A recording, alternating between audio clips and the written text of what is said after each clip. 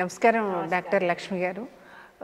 Doctor Kavuri Lakshmi గారు central be keeping research ఇన్స్టిట్యూట్లో assistant డైరెక్టర్గా రిటైర్ అయ్యారు.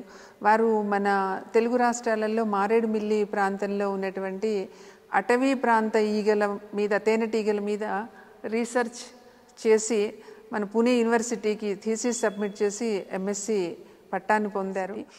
వారి మాటలలోనే తేనెలో యొక్క శ్రేష్టతను గురించి తెలుసుకుందాం. మేడం, మనకి wild bee honey, cultured honey, ఇప్పుడు రెండు రకాల తేనెలు మార్కెట్లోకి వస్తున్నాయి. వైల్డ్ బీ హనీకి కల్చర్డ్ హనీకి తేడా ఏంటి? వైల్డ్ బీ హనీ అంటే మనకి మామూలుగా భారతదేశంలో ఉన్నటువంటి తేనెటీగల మీద తీసే తేనెని వైల్డ్ బీస్ అంటారు. అవి న్యాచురల్గా ఉంటాయి. ఇప్పుడు కల్చర్డ్ హనీ అనేది వచ్చింది ఎక్కువగా ఇది మెల్లిఫెరా బీస్ ఇటాలీ నుంచి ఇంపోర్ట్ చేసుకున్నాం మనము. వాటిని రేర్ చేసి దాని నుంచి తేనె వస్తుంది. ఈ రెండు తేనెలకి కొంచెం చాలా డిఫరెన్స్ ఉంటుంది దాని టేస్ట్లో కానీ, కలరు, కాంపోజిషన్, పర్ఫార్మెన్సీలో. ఎందుకంటే అవి వర్క్ చేసేదన్నమాట. ఇప్పుడు మనకి ఆవులు చూసామనుకోండి, జెర్సీ ఆవుల కిన్ను పాల కిన్ను మామూలు నాటు ఆవుల పావులకి ఎలా తేడా ఉంటుందో తేనెలో కూడా మన వైల్డ్ బీ హనీస్ కిన్ను కల్చర్డ్ బీస్ హనీస్కి తేడా ఉంటుంది అనమాట. ముఖ్యంగా ఏంటంటే కల్చర్డ్ బీస్ మనకి చాలల్లో అక్కడ పెడతారు, మన పొలాల్లో తీసుకెళ్లి పెడతారు. ఇప్పుడు మస్టర్డ్ పొలాలని, లేకపోతే వామ్ అని అట్లా వాటిలో. సో వాటి మీద కొంత పెస్టిసైడ్ స్ప్రే అవుతూ ఉంటాయి, వాటికి కొంచెం మందులు వాడుతూ ఉంటారు. ఇవంతా కూడా కొంచెం కంటామినేషన్ అవుతూ ఉంటుంది. సో అది ఆ తేనె వేరుగా ఉంటుంది. ఇప్పుడు మన వైల్డ్ హనీ అనేది ఏంటంటే కొండ తేనెటీగలు మన అడవి ప్రాంతాల్లో ఉంటాయి. ఈ మన అడవి చెట్ల మీద నుంచి, పువ్వుల మీద నుంచి తేనె మకరందం కలెక్ట్ చేసి దాన్ని తేనెగా తయారు చేస్తాయి. కాబట్టి అది హనీ మోస్ట్లీ ఆర్గానిక్ ఉంటుంది అనమాట. దానిలో కంటామినెంట్స్ చాలా తక్కువ ఉంటాయి. అదే కాక రెండిటికి ఎంజైమ్ యాక్టివిటీలో డిఫరెన్స్ ఉంటుంది. ఇప్పుడు మెల్లిఫెరా బీస్లో ఉండే ఎంజైమ్స్ చాలా ఎక్కువ ఉంటాయి. సో దాని టేస్ట్ వేరుగా ఉంటుంది. మన కొండ తేనెటీగలో ఎంజైమ్ యాక్టివిటీ కొంచెం లో ఉంటుంది, డయల్ స్టేజ్ అదని నేను. సో వాటి ప్రాసెసింగ్ డిఫరెన్స్ ఉంటుంది. ఒకటేమో పువ్వులు డిఫరెంట్గా ఉంటాయి, సో దాని టేస్ట్ డిఫరెంట్గా ఉంటుంది. ఆ పువ్వుల నుంచి వచ్చే తేనె బట్టి దాని కలరు, దాని కన్సిస్టెన్సీ డిఫరెంట్గా ఉంటుంది. ఈ మనకు అడవిలో ఉండే చెట్లకి చాలా వరకు మనకి మెడిసినల్ ప్రాపర్టీస్ ఉంటాయి. సో ఆ వచ్చే తేనె కూడా చాలా మెడిసినల్ ప్రాపర్టీస్ ఉంటాయి అన్నమాట. అదే మనము ఈ కల్చర్డ్ బీస్ అంటే ఇప్పుడు మనం పొలాల మీద పెట్టి తీసే వాటిలో మెడిసినల్ ప్రాపర్టీ కన్నా మెడిసిన్స్ ఎక్కువగా ఉన్నాయి అనొచ్చు దాంట్లో. పెస్టిసైడ్స్ అంటే ఈ యాంటీబయాటిక్స్ అని, ఈ కంటామినేషన్ కొంచెం చాలా ఎక్కువగా కనపడుతుంది అనమాట దాంట్లో. అందుకని అందరూ వైల్డ్ బీ హనీనే ప్రిఫర్ చేస్తారు. Even as a scientifically we also refer that ఇది మంచిది అనమాట. మన అడవిలో వచ్చే తేనె మంచిది ఈ రేర్ చేసిన బీస్ నుంచి వచ్చే తేనె కన్నా. కాకపోతే మనకు ఇప్పుడు ఉన్న క్వాంటిటీ రిక్వైర్మెంట్ చూసుకుంటే మనకు అడవి నుంచి వచ్చేతేనే సరిపోదు. కాబట్టి కొంతమంది బీ కీపర్స్కి మనం ట్రైనింగ్ ఇచ్చి వాళ్ళు రేర్ చేసి మోస్ట్లీ కల్చర్డ్ హనీ అంతా ఎక్స్పోర్ట్ చేస్తాం అనమాట. ఇండియాలో మనం ఎక్స్పోర్ట్కి వెళ్ళే హనీ అంతా మెల్లిఫెరా హనీ వెళ్తుంది. ఇంకొక ప్రశ్న మేడం, ఇప్పుడు తేనెలో ఒక ఫ్రక్టోజ్ శాతం ఉంటుంది. ఫ్రక్టోజ్ శాతం ఇంతవరకే ఉండాలి అనేటువంటి స్కేల్ ఏమైనా ఉందా, లేదా తీయదనానికి ఏ స్కేలు లేదా? ఇంకోటి ఏమంటే షుగర్ పేషెంట్స్ తేనెని తీసుకోవచ్చు? యాక్చువల్గా తేనె కంపోజిషన్ చూస్తే ఎలా ఉంటుందంటే మామూలు మకరందంలో సుక్రోజ్ ఉంటుంది. తేనెటీగలు దాన్ని తీసుకొచ్చి గ్లూకోజ్ ఫ్రక్టోజ్గా మారుస్తాయి. మార్చినప్పుడు అది ప్రపోర్షనేట్ రేషియోలో ఉండే హనీ తయారవుతుంది. సో మన ఇండియన్ ఎఫ్ఎస్ఎస్ఐ నామ్స్ కానీ ఇవి చేసినప్పుడు గ్లూకోజ్ ఎంత ఉండాలి, ఫ్రక్టోజ్ అంటే ఒక రేంజ్ ఉంటుంది. అంతేగాని మ్యాక్సిమం ఇంతకన్నా ఎక్కువ ఉండకూడదు అనేది లేదు. మినిమం ఇంత ఉండాలి అనేది ఉంటుంది. కానీ రెండింటిని కలిపిన రేషియో మాత్రం 1:1.5 వరకే ఉండాలి అని ఒక నామ్స్ ఉన్నాయి అన్నమాట.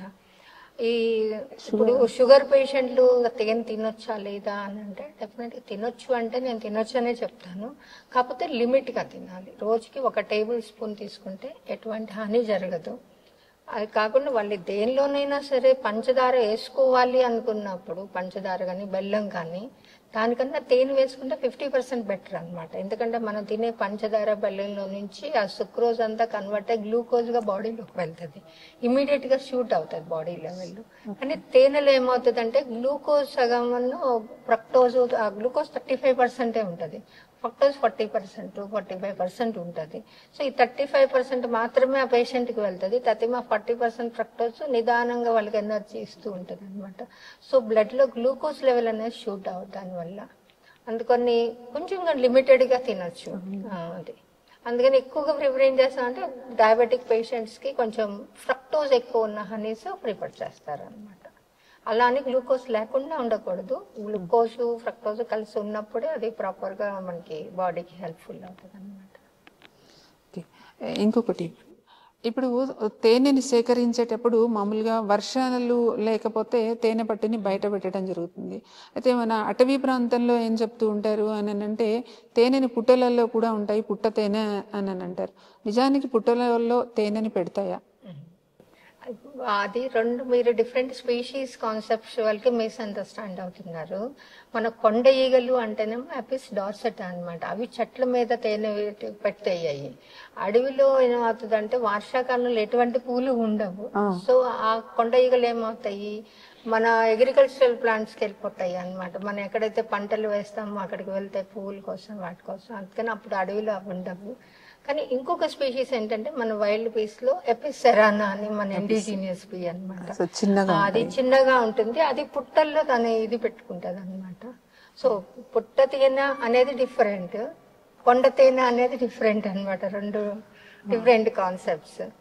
పుట్ట తేనెలు వీళ్ళు అంటే వేసవి కాలంలో అంతా ఇది తీసేసుకుంటారు కాబట్టి పుట్ట తేనె వర్షాకాలం తీస్తారేమో కానీ అలా అని కాదు. వర్షాకాలంలో ఎక్కువ తేనె రాదు, ఎందుకంటే మనకి కొండ అడవి చెట్లన్నీ వేసవికాలం బాగా పూస్తాయి, సో మంచి తేనె వస్తుంది. వర్షాకాలం కొంచెం ఎక్కడైనా డర్త్ పీరియడ్ ఉంటుంది అనమాట, పూలు దొరకవు. ఇంకోటి, తేనె తీగలు సేకరించినప్పుడు ఇప్పుడు మనకి చెప్తూ ఉంటారు ఏమని, ఇది వాము చెట్ల నుంచి సేకరించింది, ఇది ఆవాల చెట్ల నుంచి సేకరించినటువంటి తేనె, ఇది ఇంకొక చెట్టు నుంచి, ఇది మామిడి నుంచి సేకరించిన, ఇది ఉసిరి తేనె అని, ఇలా రకరకాల తేనెలు మార్కెట్లో కనిపిస్తున్నాయి. నిజంగా అంత నెక్టార్ గ్లాండ్స్ ఉండి అంత తేనెని ఆ ప్రత్యేకమైన చెట్టు నుంచి సేకరిస్తాయా తేనెలు? సేకరిస్తాయి. నేను దాని మీద పిహెచ్డి చేశాను అనమాట. ఇండియాలో మనకి ఎన్ని రకాల డిఫరెంట్ తేనెలు కలెక్ట్ చేయొచ్చు అనేది అనమాట. మనకి ఇండియాలో కనీసం ఒక 50 రకాల తేనెల్ని మనం ఇలా వేరువేరుగా కలెక్ట్ చేయడానికి పాసిబిలిటీస్ ఉన్నాయి, ఈవెన్ అడవుల్లో నుంచి కానీ మన పంటల నుంచి కానీ. ఇప్పుడు వాము ఎక్కడ వేసారో వాము దగ్గర మనం తేనెటీగలు తీసుకెళ్లి పెడితే ఆ వాము మీద ఉన్న పువ్వుల నుంచి నెక్టార్ కలెక్ట్ చేసి దాని నుంచి హనీ చేస్తాయి అనమాట. ఆ హనీని ఇలా అమ్ముతారు. కానీ అమ్మే ముందు, బ్రాండింగ్ చేసే ముందు దానికి ఒక టెస్టింగ్ ఉంటుంది. ఆ తేనెని, ఆ పుప్పొడి ఉంటది కదా, ఆ పువ్వుల్లో పుప్పొడి ఆ తేనెలో ఉందా లేదా అనేది చెక్ చేస్తాము. ఉంటే ఎంత పర్సంటేజ్ ఉంది అనేది, కనీసం ఒక 45% కన్నా ఎక్కువ ఉంటేనే ఆ తేనెని మనం ఆ పువ్వుల తేనెగా పరిగణిస్తాం అన్నమాట. పుప్పొడి రేణువుల యొక్క శాతాన్ని బట్టి తేనె ప్రత్యేకమైన చెట్టు నుంచి సేకరించింది. ఇప్పుడు నేరేడు తేనె ఉంటే దాంట్లో కనీసం ఒక 45% నేరేడు పూలను ఉండాలి, దాంట్లో పరాగలు ఉండాలన్నమాట. అలాగే వాము అయినా ఏదైనా సరే దానికి ఒక అది ఇంటర్నేషనల్లీ స్టాండర్డ్ గా టెస్టింగ్ ఉంది, అది ఇంటర్నేషనల్లీ యాక్సెప్టెడ్ అనమాట. కనీసం 45% ఉంటేనే ఆ తేనెని మనము ఆ పువ్వుల తేనెగా పరిగణిస్తాం అనమాట. ఇప్పుడు మన భారతదేశంలో, తర్వాత మన తెలుగు రాష్ట్రాలలో ఇలా రీసెర్చ్ ఇలా అనాలిసిస్ చేయడానికి ల్యాబ్స్ ఉన్నాయి? భారతదేశంలో ఉన్నాయి. ఆఫ్ కోర్స్ నేను వర్క్ చేసిన places central bee research institute అనేది బీ బొటనీకి ఎక్సలెన్సీ అనమాట మొత్తం ఇండియాలో. మా దగ్గర ఈ అనాలిసిస్ చేయడానికి అన్ని ఆఫ్ కోర్స్ చాలా డెవలప్ చేసాము, మంచి ల్యాబొరేటరీ ఉంది అక్కడ. మాకు మొత్తం ఇండియాలో ఉండే చెట్ల నుంచి పరాకణాలు తీసుకొచ్చి పూలను స్లైడ్ తయారు చేసి పెట్టాం అనమాట. సో అది రిఫరెన్స్ గా ఉంటది మనకి. ఏదైనా తేనె వచ్చినప్పుడు వాళ్ళు చెప్పారు ఇది వాము తేనె అని, కరెక్ట్ గా వాము బొలెన్ ఉందా లేదా అనేది చూసుకోవడానికి రిఫరెన్స్ స్లైడ్ కూడా ఉంటుంది, అది చూసి చెక్ చేసుకుని టాలీ చేస్తారు అనమాట. ఈవెన్ డిజిటల్ గా కూడా డెవలప్ చేస్తాను నేను, కొంచెం డిజిటల్ లైబ్రరీ ఉంది ఒక 700 ప్లాంట్స్ కి. సో కంప్యూటరైజ్ గా కూడా మనం చెక్ చేసుకుని ఇది అవునా కాదా అని చెప్పొచ్చు. ఒక సిబిఆర్ఐ తీసిస్తే కొంతమందికి ట్రైనింగ్ అయ్యారు, కానీ ఇట్స్ కొంచెం ఇది డిఫికల్ట్ అనమాట పోలను కనుక్కోవడం. ఇది ల్యాబ్ లోనే చేయాల్సి ఉంటుంది, కామన్ మ్యాన్ అవ్వదు. ఎందుకంటే ఆ తేనెని కొంచెం డైల్యూట్ చేసి సెంట్రిఫ్యూజ్ చేసి వచ్చిన సెడిమెంట్ ని మైక్రోస్కోప్ కింద చూస్తాం. చూసి మైక్రోస్కోప్ కింద వచ్చిన పరాగ రేణువులు చూసి దాన్ని బట్టి చెప్తాం. ఇప్పుడు తేనెని సేకరించినప్పుడు కొంత కల్తీ అనేది ఉంటుంది, అంటే దానికి వేరే జ్యూసెస్ కలిపారనో లేదు అని అంటే బెల్లం రసం కలిపారు, చెరుకు రసం కలిపారు, ఇలాంటివన్నీ కూడా వస్తూ ఉంటాయి అన్నమాట. దీనిని గుర్తించడానికి అంటే ప్రాథమికంగా గుర్తించడానికి ఏదైనా ఎక్విప్మెంట్ ఉందా మన దగ్గర? అంటే మన బిఏఎస్ కానీ FSSAI కానీ ఎగ్మార్క్ ప్రకారంగా ఫస్ట్ టెస్ట్ ఏంటంటే ఫీజ్ టెస్ట్ అంటారు. ఫీజ్ టెస్ట్ లో కొంచెం మన జాగరీ లాంటివి ఉంటే ఈజీగా డిటెక్ట్ చేసేయచ్చు దాంట్లోను. ఫీజ్ టెస్ట్ లోను దాంట్లో HMF చాలా ఎక్కువ ఉంటాయి. ఇప్పుడు పంచదార కానీ దాంట్లో 200 HMF ఉంటుంది. బెల్లంలో కూడా చూస్తే 150, 190. ఎందుకంటే ఈ పంచదార మనం షుగర్ సొల్యూషన్ కాస్తాం, బాగా వేడి చేస్తాం కదా, అప్పుడు ఈ షుగర్స్ HMF ని చేస్తాయి. అలాగే మీరు ఒకవేళ తేనె కూడా అలా కాసారనుకోండి, అప్పుడు ఆ HMF పెరుగుతుంది. అందుకని ఫీజ్ టెస్ట్ ఒకవేళ పాజిటివ్ వచ్చింది అనుకోండి, ఇది అడల్టరేటెడ్ తేనె అంటానికి కూడా లేదు, ఇంకా సెకండ్ టెస్ట్కి వెళ్ళాల్సి వస్తుంది అనమాట. ఒకవేళ ఈ తేనె చాలా వేడి చేసి ఉంటాయి కూడా దాని HMF పెరిగితే ఫీజ్ టెస్ట్ పాజిటివ్ వచ్చేస్తుంది అనమాట. కాకపోతే బేసిక్ గా ఫీజ్ టెస్ట్ తో మనకి తెలిసిపోతుంది. దీంట్లో బెల్లం పంచదార లాంటివి కలిపితే. కానీ ఇప్పుడు చాలా హై రేంజ్ అడేటివ్స్ వచ్చేసింది హనీలోకి. అవి కనుక్కోవాలి అంటే మీరు NMR టెస్టింగ్ చేస్తారు. NMR టెస్టింగ్ లో అన్ని ప్రొఫైల్స్ వస్తాయి, ఎంత గ్లూకోజ్, ఫ్రక్టోజ్, సుక్రో ప్రొఫైలే కాకుండా మొత్తం ఆ ఇండివిజువల్ హనీకి సిగ్నేచర్ ఏమంటాం మనం ఫింగర్ ప్రింటింగ్ ఉంటాయి అన్నమాట. సో దానివల్ల ఇది హనీయా కాదా, దీనిలో ఎంత పర్సంటేజ్ అడల్టరేషన్ ఉంది అనేది తెలుస్తుంది. NMR టెస్టింగ్ మన ఆంధ్ర రాష్ట్రాలలో ఉందా? లేదు, మనకి ఆంధ్రాలో అయితే లేదు ప్రస్తుతానికి. భారతదేశంలో EIA export authority of India వాళ్ళు పెట్టారు. ఎనీ ఎక్స్పోర్ట్కి వెళ్ళితేనే ముందు NMR చేసి పాస్ అయితేనే ఎపిడా వాళ్ళు దాన్ని ఎక్స్పోర్ట్కి పర్మిషన్ ఇస్తారనమాట. సో ఆ టెస్ట్ ఇక్కడ మన కొన్ని బ్రాండ్స్ వాళ్ళు చేయించుకుంటున్నారు. ఎవరైనా చేయించుకోవచ్చు, మీరు ఎక్స్పోర్ట్ చేయకపోయినా మీరు వాళ్ళకి శాంపిల్ పంపిస్తే వాళ్ళు టెస్ట్ చేసి ఇస్తారు. అది NMR పాస్ అయిందా ఫెయిల్ అయిందా అనేది కంప్లైంట్స్ వస్తుంది అనమాట. కాకపోతే ఏంటంటే ఇది కొంచెం ఎక్స్పెన్సివ్ టెస్ట్ అవుతుంది. బేసిక్ 16,000, దాని మీద GST 18% అనేటప్పటికీ ఈ శాంపిల్ పంపించడం, రిపోర్ట్ వచ్చేటికి ఒక 20,000 ఖర్చు అవుతుంది. సో చిన్న చిన్న బీ కీపర్స్కి ఇది పాసిబుల్ కాదనమాట. కానీ big traders in that way bulk లో చేసేటప్పుడు చేయించుకోవచ్చు మనం. ఓకే, చివరిగా మీ గురించి కొంచెం అడుగుతాను. ఏమంటే తేనె అంటే అదేదో తేనె ఇంట్లో బయట నుంచి తీసుకొని వస్తే కొంచెం చేతిలో వేసుకొని, కానీ తేనె యొక్క ఔషధ గుణాలని గుర్తించి మీరు ఆల్మోస్ట్ మీరు సబ్మిట్ చేసిన థీసిస్కే మీ ప్రొఫెసర్ ఆశ్చర్యపోయారు. అది మన మారేడుమిల్లి ప్రాంతంలో జరిగినటువంటిది. సరే, మేము గుర్తించలేకపోయారు అని అనుకుందాం. మీరు పూణే యూనివర్సిటీలో ఉండి వారికి సేవలు అందించారు, తర్వాత సైంటిస్ట్గా ఆల్ ఓవర్ ది వరల్డ్ అందిస్తున్నారు, అది తెలుసు. ఇప్పుడు మీ సేవలని మన తెలుగు రాష్ట్రాలలో, తర్వాత మన భారతదేశంలో ఎలా వినియోగిస్తారు? ఇప్పుడు మీరు ఎలా రిటైర్ అయ్యారో మీరు కొంచెం తీసుకోవాలి. మొట్టమొదటిది నాకు చెప్పండి, మీరు దీన్ని చాలా ఇంట్రెస్ట్గా వెళ్ళి మారేడుమిల్లి ప్రాంతంలో ఉండి సుమారుగా 2 సంవత్సరాలు ఉండి ఎట్లా తేనెటీగలు తేనెను సేకరిస్తున్నాయి, దాన్ని సేకరించాల్సిన విధానం ఏంటి, దాని మీద చాలా థీసిస్ సబ్మిట్ చేశారు. అది చాలా సంతోషకరమైనటువంటి విషయం. దాని గురించి కొంచెం చెప్పండి. మన గిరిజన కార్పొరేషన్ వాళ్ళు తేనె కలెక్ట్ చేస్తూ ఉంటాయి వాళ్ళు. ఇది సుమారు 1992లో విషయం అనమాట. 95లో అది థీసిస్ అయిపోయింది. వాళ్ళకి కన్స్ట్రెంట్ ఏంటంటే వాళ్ళకి వచ్చిన తేనె కొంచెం పులిసిపోవటము, నల్లగా ఉండటము, వాళ్ళు మార్కెట్ చేయలేకపోయారు. ఇంకొకటి ఏంటంటే వాళ్ళకి ఇంత తేనె వస్తుందా అసలు అడవిలో, వీళ్ళు మనకి ట్రైబల్స్ మనకి ఏదో బెల్లం పాకెట్ ఇచ్చి అమ్మేస్తున్నారు అనేది ఒక డౌట్ ఉండేది వాళ్ళకి. సో దాంతో అప్పుడు సిఓగా విద్యాసాగర్ గారు ఉన్నారు, ఆయన వచ్చి మా ఆఫీస్ ని కన్సల్ట్ చేశారనమాట. సరే, ఈవిడ తెలుగు ఆవిడేను మీకు హెల్ప్ చేస్తుంది అంటే వెళ్ళాను. చూసినాక నాకు కూడా ఇంట్రెస్ట్ వచ్చింది. ఇక్కడ మనకి మంచి అడవులు, అఫ్ కోర్స్ నేను పూనా వెళ్ళక ముందు మేము అరకు వ్యాలీ దగ్గర ఉండేవాళ్ళం. అరకు వ్యాలీ నుంచి ఒక 20 కిలోమీటర్స్. సో నాకు కొంచెం అడవి అదంతా కొంచెం పరిచయమే అనమాట, ఫస్ట్ టైం కాదు. సో వెళ్ళినా చూస్తే అబ్బో ఎంత ఫ్లోరా ఉంది, ఇన్ని చెట్లు ఉన్నాయి, ఇంత తేనె వస్తుంది. నిజంగానే తేనె వస్తుందండి. అది వీళ్ళు బెల్లం పాకం కలపాల్సిన అవసరం లేదు, ఎందుకంటే అది దాన్ని వాళ్ళు కురుక్కోవాలి మళ్ళీ బెల్లం. అవును, ఇది మామూలుగా వస్తుంది. అవును. కాకపోతే వాడు తీసే విధానంలో కొంచెం మార్పు చేస్తే మనకి తేనె బాగా వస్తుంది అని చెప్పని ఇంకా ఒక 2 years ప్రాజెక్ట్ లాగా పెట్టుకొని మేము వాళ్ళతో కలిసి వెళ్ళి తేనె తీగలను తీసేది. ఇదివరకు వాళ్ళు ఏం చేసేవాళ్ళు అంటే మంట పెట్టేసి వాటిని కాల్చేసేవాళ్ళు, ఈగలన్నీ కింద పడిపోయిన తర్వాత తేనె తీసేవాళ్ళు. సరే అలా కాకుండా అలా దాని మూలంగా ఏంటంటే కాలనీ నష్టపోతున్నాం కదా, మళ్ళీ తేనె రాదు. సో వాళ్ళకి అలా కాకుండా ఏం చెప్పంటే పగలే చేయండి రాత్రి కన్నాను, మనకి ప్రొటెక్టెడ్ డ్రెస్ అవన్నీ ఎక్విప్మెంట్స్ ఇచ్చేసి మనకి తేనె ఒక పక్కనే ఉంటది, మొత్తం ఇవంతా మీరే డెవలప్ చేసుకుంటూ ఒక పక్కన తేనె ఉంటది కాబట్టి ఆ తేనె కండ వరకే కోసి మనం బకెట్లు వేసుకొని కిందకి తెచ్చేసుకోవటం. తతిమాద వదిలేస్తే దానంతటా అదే మళ్ళీ తేనె డెవలప్ చేసుకుంటాం. మళ్ళీ 2-3 నెలలకు మళ్ళీ తేనె వస్తుంది అన్నమాట. మనకి కాలనీ కూడా నష్టపోవట్లేదు కాబట్టి మన పాపులేషన్ తగ్గకుండా ఉంటుంది. సో అలా తీసి మళ్ళీ తర్వాత కూడా దాన్ని పిండి తీసేవాళ్ళు వాళ్ళు. అలా పిండకుండా దాన్ని మధ్యలోకి కట్ చేసి ఒక జల్లెడ మీద పెట్టేస్తే తేనె అంతా కారిపోతుంది అనమాట. సో దాని ద్వారా క్వాలిటీ పెరిగింది, మాయిశ్చర్ బాగా తక్కువ వచ్చేది.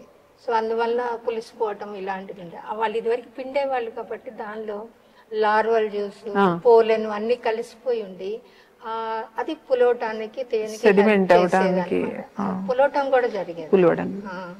ఇంకోటి లాక్టిక్ యాసిడ్ ఫార్మేషన్ అవుతూ ఉండేది.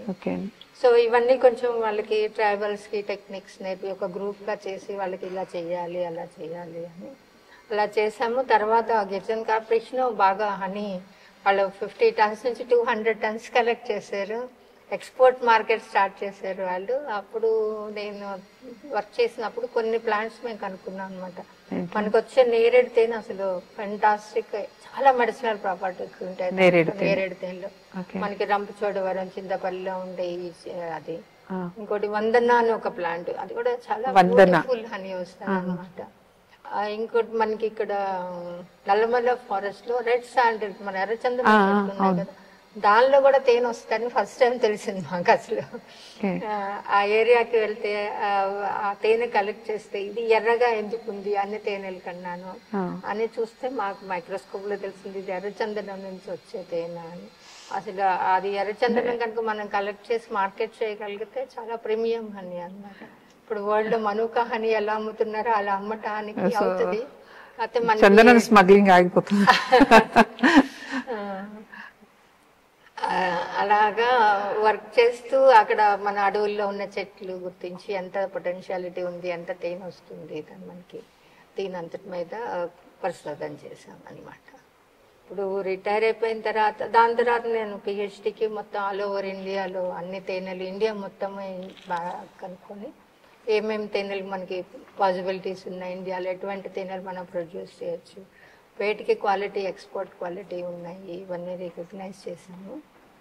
రిటైర్ అయినాక ఇప్పుడు నేను చాలామంది ఇన్స్టిట్యూషన్స్తో కలిసి వర్క్ చేస్తున్నాను. ఎస్పెషల్లీ మా మోటో ఏంటంటే విలేజ్ రిమోట్ ప్లేసెస్లో ఉండే ఫార్మర్స్కి ఓన్లీ ఫార్మింగ్ ద్వారా ఇన్కమ్ సరిపోవట్లేదు. సో వాళ్ళకి అడిషనల్ ఇన్కమ్ క్రియేట్ చేయాలి. ఇంకోటి వాళ్ళు ఫార్మింగ్ చేసే ఏరియాలో పాలినేషన్కి బీస్ బాగా వర్క్ చేస్తుంది. ఇప్పుడు యాపిల్ ఉందనుకోండి, తేనెటీగలు పెట్టుకుంటే యాపిల్ ప్రొడక్షన్ ఇంకా పెరుగుతుంది. పీచ్ కానీ పియర్ కానీ అట్లాగే ఆవాలు కానీ మన మినువులు కానీ ఏదైనా సరే మన క్రాప్స్ పెట్టుకున్నప్పుడు దాంట్లో కొన్ని తేనెటీగలు పెట్టుకుంటే క్రాప్ ప్రొడక్టివిటీ పెరుగుతుంది, మనకి సైడ్ బై సైడ్ తేనె వస్తుంది. సో ఇది ఒక అడిషనల్ ఇన్కమ్ అవుతుంది, శ్రేష్టమైనటువంటి ఆహారం కూడా వితౌట్ ఎనీ ఇన్పుట్ అనమాట. ఎక్స్ట్రా మనం వాళ్ళు ఏం పని చేయక్కర్లేదు. ఈ తేనెటీగలు 10 రోజులకు 15 రోజులకు ఒకసారి చూసుకుంటే సరిపోద్ది. తేనె వచ్చినప్పుడు తేనె తీసుకుంటారు. ఇన్వెస్ట్మెంట్ కూడా చాలా లోగా ఉంటుంది. సో అలా ఆలోచించి నేను NRLM వాళ్ళతో వర్క్ చేస్తాను అనమాట, నేషనల్ రూరల్ లైవ్లీహుడ్ మిషన్ అని. దీంట్లో ఉమెన్ ఎస్ఎస్జీస్ చాలా ఎక్కువ ఉంటాయి, రూరల్ పీపుల్. ఉమెన్కి టీచ్ చేస్తాము ఎలా బీస్ పెట్టుకోవచ్చు, ఆ తేనె ఎలా తీసుకొని వీళ్ళందరినీ కలిపి మళ్ళీ ఒక FPO క్రియేట్ చేసి ఆ హనీ ప్రొడ్యూస్ అయినది మళ్ళీ మార్కెటింగ్ ఎలా చేయాలి, బ్రాండింగ్, వీళ్ళకి ప్రాజెక్ట్స్ తయారు చేసి ఇవ్వటము, గవర్నమెంట్ అసిస్టెన్సీ ఎలా దొరుకుతుంది అది ఒకటి. అలా నేను చాలామంది మేఘాలయ ఫార్మర్స్ కమిషన్ వాళ్ళు కూడాను వాళ్ళకున్న అక్కడ సరైన తేనెటీగలు ఎలా డెవలప్ చేసుకోవాలి అనే దానికోసం దానికి కూడా నేను హెల్ప్ చేస్తూ ఉంటాను అనమాట. ఉత్తరాఖండ్ హిమాచల్ వీటిలో వర్క్ చేస్తుంటే గవర్నర్ గారు ఇంప్రెస్ అయ్యి ఒక అవార్డు కూడా ఇచ్చారు. ఏం చెప్పండి మేడం, అవార్డు చెప్పండి. ఇది వాళ్ళది వసంతోత్సవం చేస్తారు. వసంతోత్సవం వసంత మాసంలో తేనె ఎక్కువ వస్తుంది. అక్కడ హనీ, ఫ్లవర్స్, గార్డెన్ సంబంధించినవి అన్నీ ఉంటాయి. అప్పుడు ఎఫిషియెంట్ వర్కర్స్ ఒక అవార్డ్స్ ఉంటాయి అన్నమాట. దాంట్లో best award for the be keeping consultancy అన్నట్టుగా ఇచ్చారు. సో అక్కడ ఒక 1 year నేను అక్కడ వర్క్ చేశాను అనమాట. అక్కడ వాళ్ళందరికీ ఇప్పుడు అక్కడ ఉత్తరాఖండ్లో ఎలా ఉంటాయంటే గోడల్లోనే ఉంటాయి అన్నమాట వాళ్ళకి తేనెటీగలు పెట్టుకోవడానికి, పెంచుకోవడానికి. అవి వెనకటి నుంచి ఉన్నాయి వాళ్ళకి, ప్రతి ఇళ్లలో అలా ఉంటాయి. సో ఇప్పుడు కొంచెం న్యూ జనరేషన్కి ఇదంతా తెలియదు కదా, ఏదో ఉన్నాయా వచ్చినాయా పోతున్నాయా అన్నట్టు ఉంటారు. సో అది కొంచెం వాళ్ళకి కొంచెం టెక్నికల్గా నేర్పి అది ఎప్పుడు తేనె తీసుకోవాలి, వాటిని ఎలా సంరక్షణ చేసుకోవాలి అది ఒకటి. ఈ మెల్లిఫెరా మనకి వచ్చిన ఈగలతోటి పోలెన్ ఎలా కలెక్ట్ చేసుకోవాలి, రాయల్ జెల్లీ ఎలా కలెక్ట్ చేసుకోవాలి. సో దానివల్ల మనం ఉట్టి తేనె మీద డిపెండ్ అయితే ఆ మెల్లిఫెరా మీద అంత ఎకనామికల్ కాదనమాట, ఎక్స్పెండిచర్ ఎక్కువ ఉంటుంది దానికి. సో ఈ డిఫరెంట్ సీజన్స్లో డిఫరెంట్ ప్రోడక్ట్స్ తయారు చేసుకోవడం, అది 1 year ట్రైనింగ్ ఇచ్చాము. తర్వాత మేఘాలయ ఫార్మర్స్ కమిషన్స్తో కూడా వర్క్ చేశాను, నార్త్ ఈస్టర్న్ వాళ్ళకి. మళ్ళీ ఇప్పుడు ఇంకొక ప్రాజెక్ట్ వచ్చింది నార్త్ ఈస్టర్న్ వాళ్ళది. యాక్చువల్గా నేను బీ ఫ్లోరా మీద వర్క్ చేశాను, ఆల్ ఓవర్ ఇండియా మీద. ప్రతి డిస్ట్రిక్ట్లోనూ ఈ డిస్ట్రిక్ట్లో ఏ చెట్ల మీద తేనెటీగలు పనిచేస్తాయి, ఏ నెలలో ఈ పువ్వులు వస్తాయి, దాంట్లో ఎంత తేనె వస్తుంది అనేది దానికి ఫ్లోరల్ క్యాలెండర్ అంటే స్టాటిస్టిక్స్ అంతా కూడా మీరు. నేను మొత్తం ఆల్ ఓవర్ ఇండియాకి చేశాను, 550 డిస్ట్రిక్ట్ చేశాను ఒక్కొక్క డిస్ట్రిక్ట్కి. అదే నార్త్ ఈస్టర్న్ చేయలేదు, అందుకని వాళ్ళు ఇప్పుడు రిటైర్ అయిన తర్వాత అడుగుతున్నారు అనమాట, మీరు మాకు చేయండి అని. ఒక 2 years ప్రాజెక్ట్ శాంక్షన్ చేశారు. సో దాంట్లో వర్క్ చేస్తాను ఇంకా నెక్స్ట్ 2 yearsలో అక్కడ వాళ్ళ కోసం అని చెప్పి. ఇప్పుడు రీసెంట్గా టాటా కన్సల్టెన్సీ వాళ్ళు కూడాను వాళ్ళ కింద ఉన్న చిన్న ఫార్మర్స్కి టెక్నిక్స్ నేర్పడము, వాళ్ళ హనీ మార్కెటింగ్ ఎలా చేయాలి, వాటి కన్సల్టెన్సీస్ అలా ఉన్నాయి. నేను మా బ్యూరో ఆఫ్ ఇండియన్ స్టాండర్డ్స్లో కూడా ఎక్స్పర్ట్ కమిటీ మెంబర్ అనమాట, ఆన్ పర్సనల్ కెపాసిటీ. జనరల్గా ఆర్గనైజేషన్ నుంచి ఒక్కొక్కరిని తీసుకుంటారు, నేను రిటైర్ అయినాక వాళ్ళు మీరు పర్సనల్ కెపాసిటీలోనే మాకు ఉండాలి అన్నది. అలాగే ఐఎస్ఓ ఇంటర్నేషనల్ స్టాండర్డ్స్ ఆర్గనైజేషన్ ఉంది, వాళ్ళకి నేను వర్కింగ్ గ్రూప్ మెంబర్ అనమాట. మేమందరం కలిసి స్టాండర్డ్స్ తయారు చేస్తాం. హనీకి స్టాండర్డ్స్ మొత్తం ఆల్ ఓవర్ వరల్డ్ లో అన్ని కంట్రీస్ నుంచి కాంట్రిబ్యూట్ చేస్తారు. సో ఇండియా చాప్టర్ నుంచి నన్ను డిప్యూట్ చేశారు అనమాట. సో అలాగా ఎప్పుడు ఏదో బిజీ ఉంటుందిరా, కంటిన్యూస్ గా వర్క్ అంటే రిటైర్ అయ్యానని అనుకోవట్లేదు నేను. First it is still continue అనమాట. అదే కాకుండా ట్రైనింగ్స్ ఉంటాయి ఇప్పుడు సెంట్రల్. తేనెటీగ ఎలా తిరుగుతూ ఉంటుందో తేనె సేకరించడానికి మీరు కూడా అలా. అది ఆఫ్ కోర్స్ ఇప్పుడు కొంచెం ఎక్కువ అయింది, అంటే అన్ని స్టేట్స్ కి ఆల్మోస్ట్ వర్క్ చేస్తుంటారు. రీసెంట్ గా వీళ్ళు ఉత్తర యూపీ వాళ్ళకి కూడాను ఎన్ఆర్ఎల్ఎం వాళ్ళకి ట్రైనింగ్ అడిగితే ఒక 1 month అంతా వాళ్ళకి ట్రైనింగ్ ఇచ్చాము, 5 batches. సో ఎక్కడెక్కడ ట్రైనింగ్ అయితే పిలుస్తూ ఉంటారు, వెళ్తూ ఉంటాను. ఈ కన్సల్టెన్సీ కావాలి ఏదైనా అంటే చేస్తూ ఉంటాను అనమాట. సెడిమెంటేషన్ అనేటటువంటిది ఒక ఇది వినిపిస్తూ ఉంటుంది, అంటే తేనె కిందకి క్లాట్ అవుతూ ఉంటుంది, గ్రాన్యూల్స్ ఇది అంటారు, దీన్ని ఇలా అవుతుంది. ఇది ఎక్కువగా వైల్డ్ బీ హనీలో ఎక్కువగా వస్తుంటుంది. వైల్డ్ బీ హనీలో రాదు యాక్చువల్గా, ఇది ఎక్కువగా మెల్లిఫెరా హనీలో వస్తుంది. మెల్లిఫెరా హనీలో ఇది ఎక్కువ కనపడుతుంది మనకి. ఇది దీన్ని ఏమంటారంటే గ్రాన్యులేషన్ అంటారు. గ్రాన్యులేషన్ ఈజ్ నాట్ అడల్ట్రేషన్ కాదు అది. అది జనరల్ గానే న్యాచురల్ ఫినామినా. నేను చెప్పాను కదా తేనెలో గ్లూకోజ్ ఫ్రక్టోజ్ ఉంటాయి అని. ఆ గ్లూకోజ్ రేషియో ఎక్కువైనప్పుడు ఆ గ్లూకోజ్ కిందకి సెడిమెంట్ అయిపోయి అలా అవుతుంది అనమాట. పైన లిక్విడ్ లో ఫ్రక్టోజ్ ఉంటుంది, గ్లూకోజ్ కిందకి అవుతుంది. అటు రెండింటి రేషియో ఈక్వల్ గా ఉన్నా లేదంటే ఆ రేషియో ఫ్రక్టోజ్ రేషియో ఎక్కువ ఉంటే అది గ్రాన్యులేషన్ అవ్వదు. ఒక కాన్సెప్ట్. ఇంకోటి ఏంటంటే D/W రేషియో అంటాం. అంటే గ్లూకోజ్ వాటర్ కంటెన్సీ ఎంత ఉంది. ఇప్పుడు మనకి వాటర్ కంటెన్సీ అరౌండ్ 20 ఉందనుకోండి మాయిశ్చర్ హనీలో, తొందరగా గ్రాన్యులేట్ అవ్వదు. అదే మాయిశ్చర్ వెళ్ళి 15-16కి వెళ్ళిపోతే తొందరగా గ్రాన్యులేట్ అవుతుంది. అలా 2-3 రీజన్స్. ఒకటి లో ఫ్రక్టోజ్, హై గ్లూకోజ్, వాటర్ కంటెన్సీ. ఇంకోటి ఏంటంటే ఫైనల్ గా ఎంజైమ్ యాక్టివిటీ. మెల్లిఫెరాలో డయాస్టేజ్ ఎంజైమ్ చాలా ఎక్కువ ఉంటుంది activity. So mellifera Honey's general గా 15 degrees కన్నా లోవర్ టెంపరేచర్ వచ్చినప్పుడు గ్రాన్యులేట్ అయిపోతూ ఉంటాయి.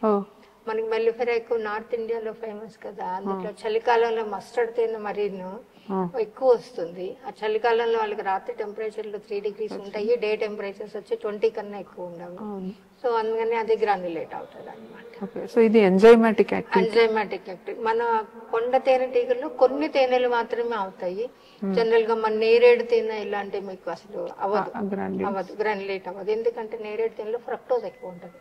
అందుకోసమే నేరేడు తేనె మన డయాబెటీస్ వాళ్ళకి మంచిది అని చెప్తాం అనమాట. వాళ్ళకి ఏంటంటే ఎప్పుడు గ్లూకోజ్ తక్కువ ఉండాలి, వాళ్ళకి ఫ్రక్టోజ్ ఉంటే వాళ్ళకి హెల్ప్ఫుల్ గా ఉంటుంది. ఇంకోటి ఏంటంటే నేరేడులో ఉండే జాంబులిన్ అన్న ఒక కెమికల్ ఉంటుంది. అదే అందుకనే మన వాళ్ళు కూడాను చెక్కల్లో నీళ్లు పోసుకొని అవి తాగుతారు, గ్లాసులు లాగా చేసి నేరేడు చెక్కతోటి వెజల్స్ లాగా చేసుకొని దానిలో నీళ్లు అలా తాగేది. ఎందుకంటే ఆ చెక్కలోనే దానికి ఆ జాంబులిన్ కంటెంట్ ఉంటుంది. నేరేడు గ్లాస్ లో నీళ్లు తాగటం మూలంగా కూడా డయాబెటీస్ కూడా తగ్గుతుంది అని. నేరేడు గింజల పొడి కూడా తింటారు. అదే ఆ జాంబులిన్ కంటెంట్ కెమికల్ ఉంటుంది. ఆ కెమికల్ మనకి హనీలో కూడా ఉంటది. సో అందుకని వేరే తేనెల కన్నా ప్రిఫరబుల్ నేరేడు తేనె అయితే డయాబెటీస్ వాళ్ళకి బాగుంటది అనేది ప్రిఫర్ చేస్తాం అన్నమాట. ఈ గడ్డ కట్టడం అనేది అడల్ట్రేషన్ కాదు, చాలా మందికి మిస్కాన్సెప్ట్. ఎందుకంటే మనకి ఇండియాలో ఫస్ట్ మెల్లిఫెరా లేదు అసలు. మనకు ఉందల్లా కొండలు మన వైల్డ్ బీసే ఉన్నాయి. ఆ తేనె ఎప్పుడు మనకి సమశీతోష్ణ మండలం కాబట్టి ఎప్పుడు వేడిగానే ఉంటది కాబట్టి ఇప్పుడు తేనెలు గడ్డ కట్టాయి కాదు. సో మన వాళ్ళకి ఎవరికి తేనె గడ్డ కడుతుంది అనే కాన్సెప్ట్ లేదు. కొత్తగా తేనెలు గడ్డ కడుతూ ఉంటే ఇదంతా అడల్ట్రేషన్ అనుకుంటున్నారు. యాక్చువల్ గా బెల్లం పాకం కలిపిన తేనె ఎప్పుడు గడ్డ కట్టదు. ఎందుకని? అది ఎందుకంటే దానిలో వాళ్ళు బెల్లం పాకం తయారు చేసినప్పుడు టార్టారిక్ యాసిడ్ వేస్తారు.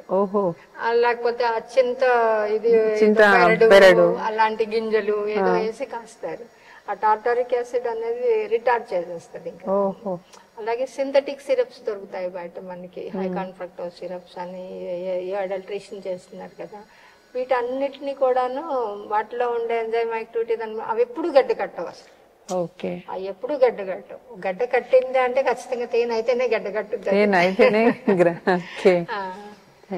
అది అందుకని గడ్డ కట్టడం గురించి మనం వరీ అవ్వక్కర్లేదు. Adulteration different fact. ఇప్పుడు బజార్లో చాలా వరకు తేనెలు అడల్ట్రేషన్ వచ్చేస్తున్నాయి. అందులో హైకాన్ ఫ్రక్టోజ్ సిరప్ ఇది వరకు చాలా ఎక్కువ కలిపేవాళ్ళు. ఏమవుతుందంటే ఈ హైకాన్ ఫ్రక్టోజ్ సిరప్ బాడీకి చాలా హానికరం చేస్తుంది అనమాట.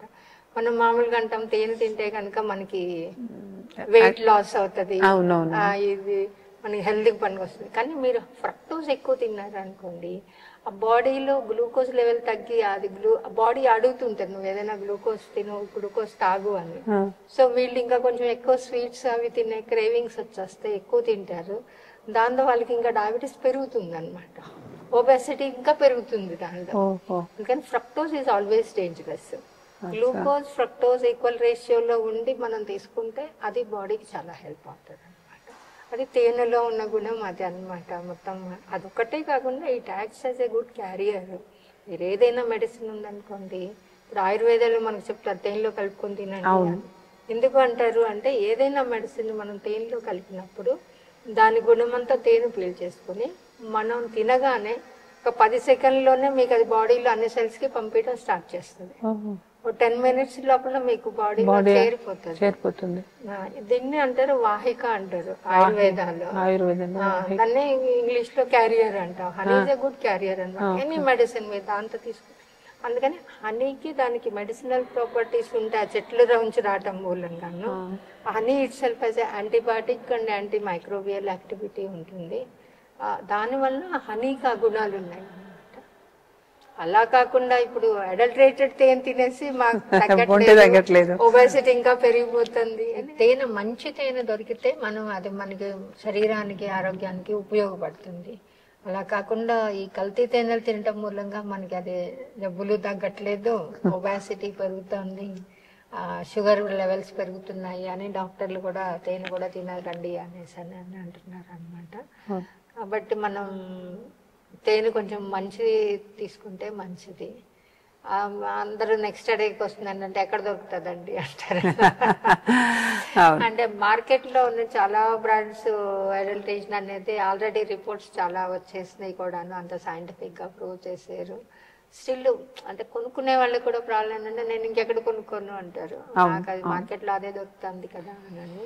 సో మా సజెషన్ ఏంటంటే ఇప్పుడు మీరు ఏదైనా హిల్లీ ఏరియాస్ కి టూర్ కి ట్రావెల్ కి వెళ్తూ ఉంటారు కదా, అప్పుడు ఆ హిల్లీ ఏరియాస్ లోకల్గా కలెక్ట్ చేసిన హనీ వాళ్ళు అమ్ముతూ ఉంటారు, అది కొనుక్కోవచ్చు. లేదంటే ఈ తేనెటీగల్ని పెంచుకునే వాళ్ళు ఉంటారు, ఈ తేనె బీ కీపర్స్ అంటాం మనము, వాళ్ళ దగ్గరికి వెళ్ళి డైరెక్ట్గా వాళ్ళ దగ్గర కొనుక్కుంటే చాలా వరకు అడల్ట్రేషన్ మనం తగ్గించినట్టు అవుతుంది. ప్లస్ కొంచెం వాళ్ళకి కూడా మంచి రేట్ వస్తుంది. అదే అలా కొంచెం రిలయబుల్ సోర్సెస్ తీసుకుంటే మీకు హనీ చాలా గుణకారిగా పనిచేస్తుంది అనమాట. Definitely it will works on the obesity అన్నారు. ఒకటే మనం చేయాల్సింది ఏంటంటే ఇప్పుడు మంచి తేనె మార్కెట్లోకి ఎలా తేగలమా అనేది కొంచెం కృషి చేయాల్సిన అవసరం. అవును. Thank you very much madam. మీ అమూల్యమైనటువంటి సమయాన్ని మా కోసం వెచ్చించి ఈ అవకాశం ఈ కాలాన్ని ఇచ్చినందుకు మా తరఫు నుంచి. తర్వాత మీరు చాలా రీసెర్చ్ చేశారు, ఇది చాలా మందికి మన తెలుగు రాష్ట్రాలలో తెలియదు. మీకు సమయం ఉన్నప్పుడు ఈ పుస్తకాలను కొంచెం తెలుగులోకి అనువదిస్తే మేము రైతులకు అందజేసేటటువంటిది ట్రై చేస్తాం. ఒక 2-3 బుక్స్ ట్రాన్స్లేట్ చేశాను నేను. ఇంకా కొంచెం వర్క్ ఉంది, అదే చెప్తున్నాను కదా రిటైర్ అయ్యాననే, కానీ టైం ఏమి ఉండట్లేదు, అక్కడికి ఇక్కడికి అవుతుంది. ఇంకా కొంచెం లీజర్ టైం ఉన్నప్పుడు డెఫినెట్గా తెలుగులోకి బుక్స్ రాయటానికి ట్రై చేస్తాను. రాయటం అంటే ఇప్పుడు ఇంకా కష్టమే, టైపింగే చెయ్యాలి. నాకు ఇంగ్లీష్ అంటే వచ్చు కానీ తెలుగు టైప్ చేయడానికి రాదు. సో ఇప్పుడు కొన్ని వాయిస్ రికార్డర్స్ అవి వచ్చినాయి కదా, దాని ద్వారా మనం కొంచెం ట్రై చేస్తాను. తప్పకుండా మీ తెలిసినటువంటి అత్యంత విలువైన సమాచారం అంతా కూడా మన ప్రేక్షకులకి వెళ్ళాలి. యాజ్ వెల్ యాజ్ ఎవరైతే ఈ కల్చర్ చేస్తున్నారో, హనీ కల్చర్ చేస్తున్నారో వారందరికీ కూడా ఈ సమాచారం వెళ్ళాలి. Thank you madam.